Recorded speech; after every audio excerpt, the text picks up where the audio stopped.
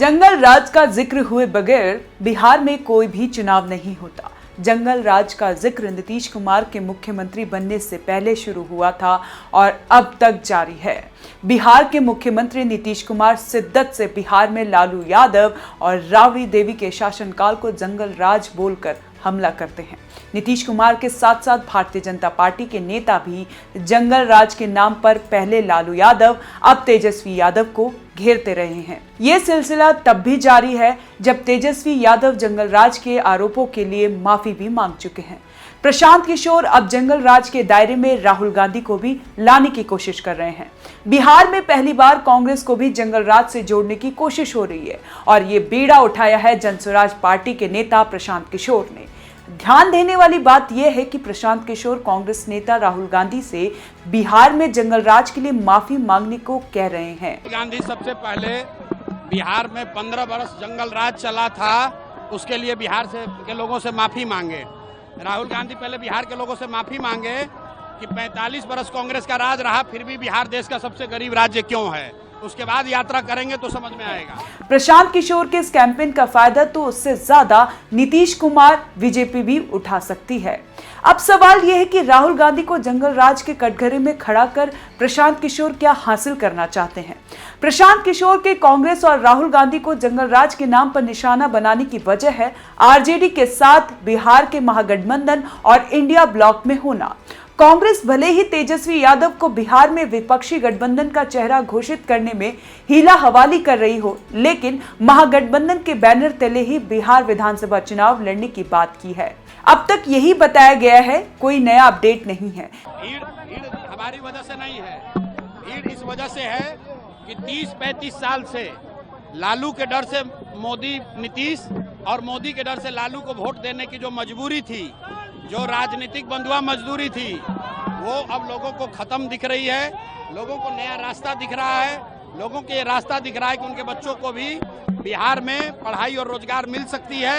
इसीलिए आप ये भीड़ देख रहे हैं। ये भीड़ प्रशांत किशोर की ताकत नहीं है। हम तो यहाँ पहली बार जीवन में आए हैं। जनस्वराज पार्टी नेता प्रशांत किशोर का कहना है कि कांग्रेस के समर्थन से लालू प्रसाद यादव ने बिहार में 15 साल तक जंगल राज चलाया। साथ ही राहुल गांधी से प्रशांत किशोर का यह भी सवाल है कि कांग्रेस के 45 साल के शासन में बिहार देश का सबसे गरीब राज्य क्यों बना रहा।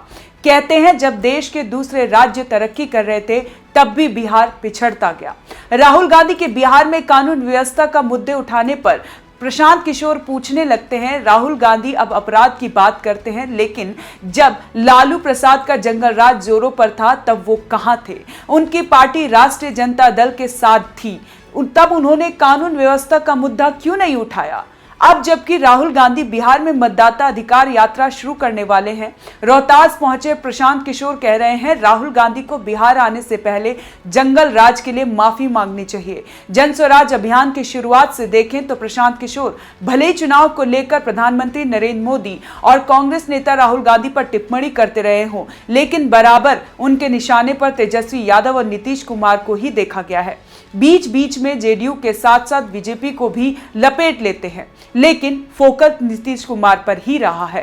कुछ दिनों में प्रशांत किशोर कांग्रेस नेता राहुल गांधी के बिहार दौरे पर भी सवाल उठाने लगे हैं। देखा जाए तो राहुल गांधी ने बिहार दौरा तभी शुरू कर दिया था जब दिल्ली में विधानसभा के चुनाव हो रहे थे और उसके बाद से तो बिहार के कई कार्यक्रमों में अलग अलग मौके पर हिस्सा लेते रहे हैं। राहुल गांधी के बिहार की ताजा फिक्र को लेकर प्रशांत किशोर कह चुके हैं, राहुल गांधी को बिहार केवल चुनाव के समय ही क्यों याद आता है। चाहे राहुल गांधी हो या प्रधानमंत्री नरेंद्र मोदी, वे चुनाव के दौरान यहाँ आते हैं और मतदान समाप्त होते ही गायब हो जाते हैं। एक बार प्रशांत किशोर ने पूछा भी था, क्या राहुल गांधी ने कभी बिहार के किसी गाँव में एक रात बिताई है। भाषण देना आसान है, लोगों के साथ रहना, उनका दर्द समझना कुछ और ही है। प्रशांत किशोर ने बिहार में जनस्वराज यात्रा राहुल गांधी की भारत जोड़ो यात्रा के कुछ दिन बाद ही शुरू की थी। तेलंगाना के मुख्यमंत्री रेवंत रेड्डी का नाम लेकर भी वो राहुल गांधी पर हमला बोल चुके हैं। रेवंत रेड्डी ने एक बार बिहार के लोगों को लेकर एक टिप्पणी की थी। वो टिप्पणी वैसे तो राजनीतिक विरोधियों को हमला का हिस्सा थी, लेकिन बिहार का नाम आने से प्रशांत किशोर ने उसे भी लपक लिया। प्रशांत किशोर का कहना था तेलंगाना में उनके मुख्यमंत्री रेवंत रेड्डी हैं, पहले वो टीडीपी में थे, उससे पहले संघ और बीजेपी में थे। मुख्यमंत्री बनने के बाद आधिकारिक तौर पर उन्होंने कहा था कि मजदूरी करना है तो बिहारियों के डीएनए में है, बिहारी मजदूर बनकर ही काम करने के लिए पैदा हुए हैं। क्या प्रशांत किशोर का ये अपना स्टैंड है जिसमें वो राष्ट्रीय स्तर पर खुद को पेश करने के लिए राहुल गांधी को निशाना बना रहे हैं? क्योंकि ये काम ना तो तेजस्वी यादव और ना ही नीतीश कुमार को टारगेट करके हो सकता है, वो क्षेत्रीय विमर्श बनकर ही रह जाएगा। सवाल ये भी है कि राहुल गांधी से जंगल राज के लिए माफी मांगने की डिमांड से क्या प्रशांत किशोर किसी और को मदद पहुंचाना चाहते हैं? जंगल राज अब तक नीतीश कुमार का ही पसंदीदा और आजमाया हुआ कारगर चुनावी टूल किट रहा है। प्रशांत किशोर इसे मुद्दा बनाकर आखिर क्या हासिल करना चाहते हैं? ऐसा करने से तो नीतीश कुमार को भी फायदा हो सकता है, जिनके खिलाफ वो बिहार में बदलाव की मुहिम चला रहे हैं। क्या प्रशांत किशोर की ये डिमांड बीजेपी के लिए मददगार हो सकती है? जंगल राज का मुद्दा बीजेपी भी जोर शोर से उठाती आ रही है और ये उसके लिए भी फायदेमंद साबित हुआ है। प्रधानमंत्री नरेंद्र मोदी जो तेजस्वी यादव को जंगल राज के युवराज तक बुला चुके हैं, अब अगर प्रशांत किशोर जंगल राज का मुद्दा उठाएंगे तो माहौल तो बीजेपी के पक्ष में बनेगा ही और राहुल गांधी का नाम जोड़ देने पर तो अलग ही रंग नजर आएगा।